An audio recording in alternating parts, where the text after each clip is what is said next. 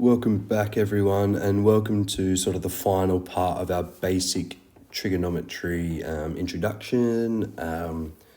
So the final thing with trig ratios that we can do, besides problem solving, is finding unknown angles with our trig ratios, okay? So sometimes you'll be given the length of two sides and an unknown angle. So for example, down below here, we have this right angled triangle, which I forgot to denote as a right angle.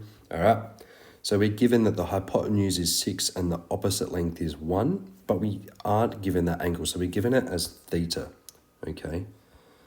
So remember, theta is just an unknown angle, just a placeholder. Okay. So just a variable.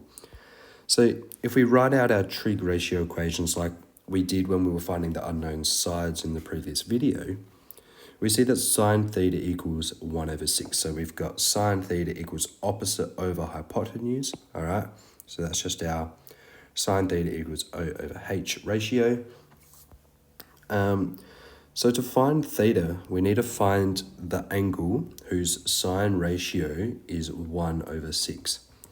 And we can do that by using the inverse sine function. So we can say theta is the inverse sine of 1 over 6. Because we're doing the inverse of finding the ratio of an angle, we're finding the angle of a ratio. Okay, so we're doing the inverse.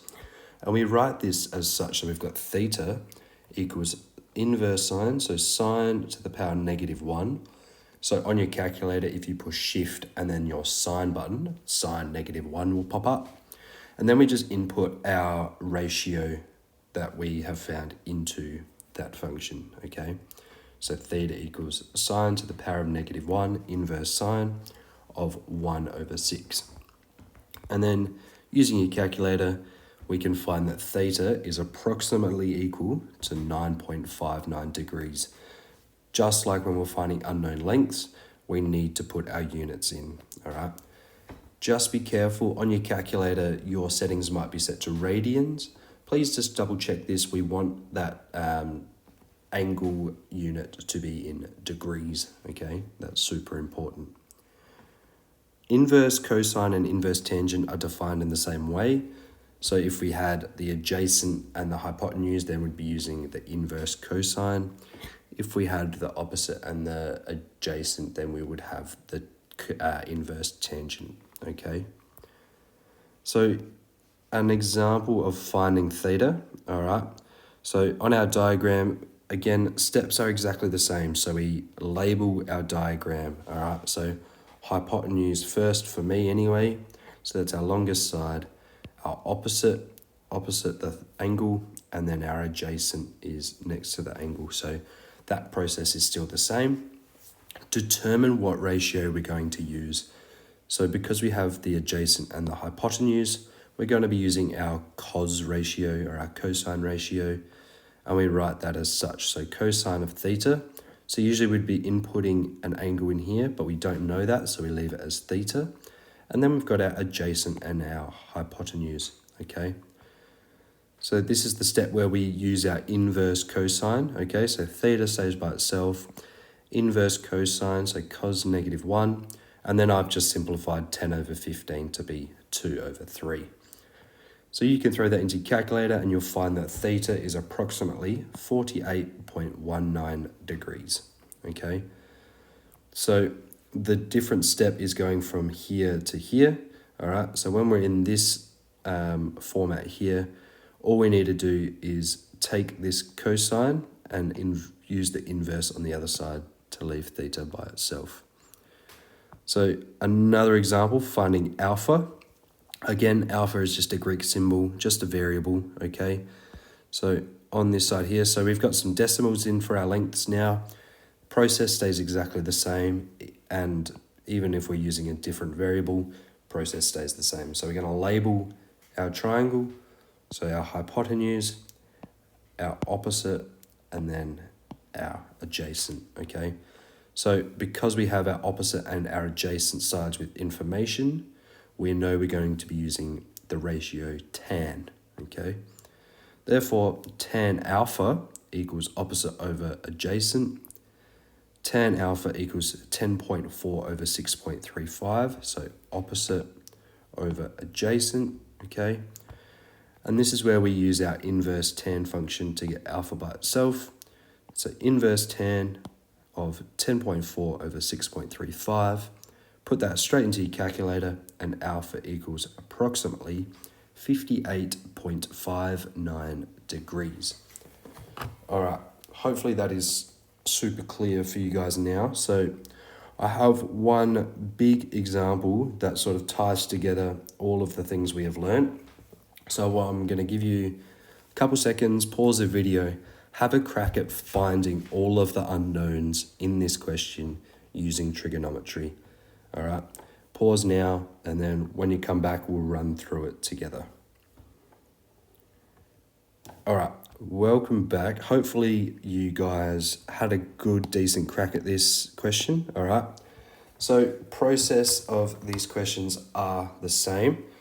The trouble is when labeling a triangle with two unknowns, it can get a little bit convoluted, okay? So what I'm going to do, I'm going to choose one angle to focus on to start with, and then we'll find the other angle. So I'm going to look at theta first, okay? So if I'm looking at theta, this is our hypotenuse, this is our opposite side, and this is our adjacent side, all right? So if I'm looking at, I'll use blue. So if I'm looking at the angle theta and I want to find theta, the information we're given number-wise, all right, we have our opposite and our adjacent. So opposite and adjacent, to me, screams the tan ratio, okay? So opposite over adjacent, all right?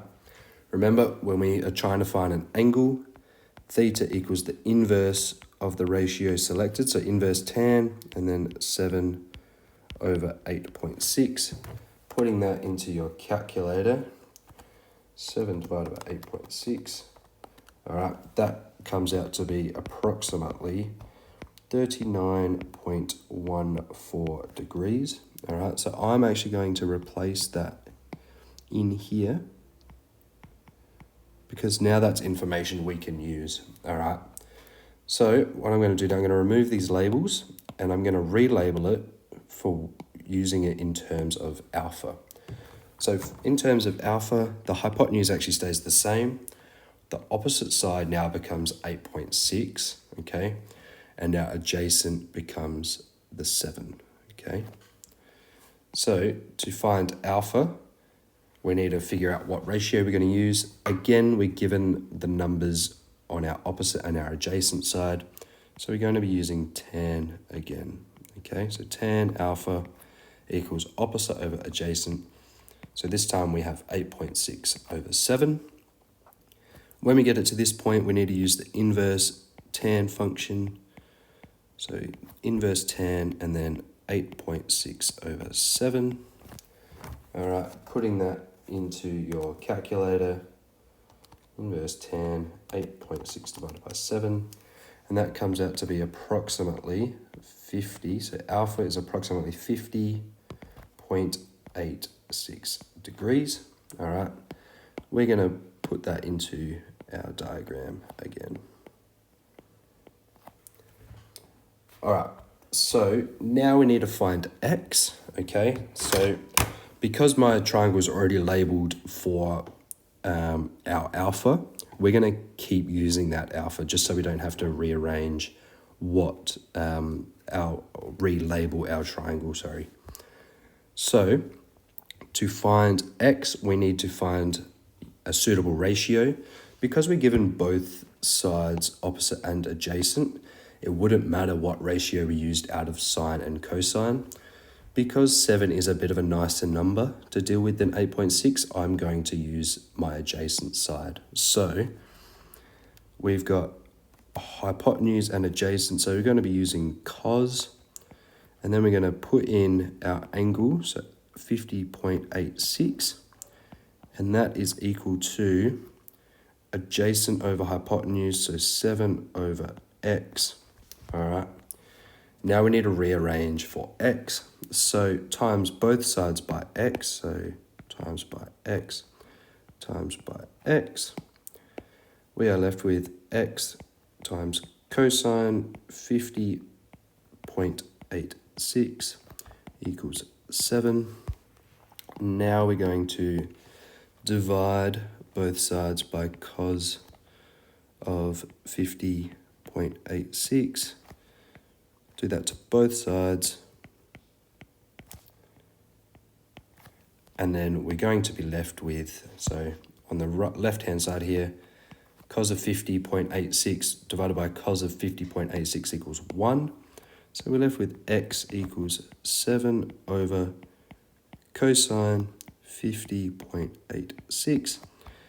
Therefore, x is approximately, and then in your calculator, cos of 50,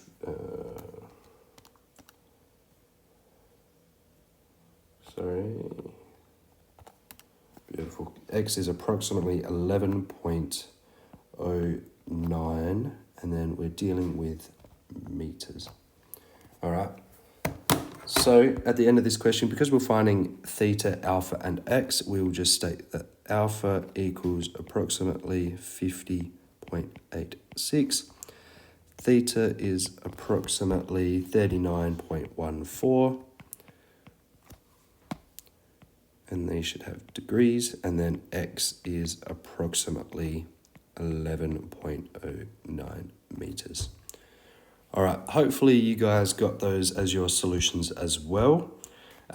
If not, might have been, if you got close, might have been a close rounding error, and that's okay as well.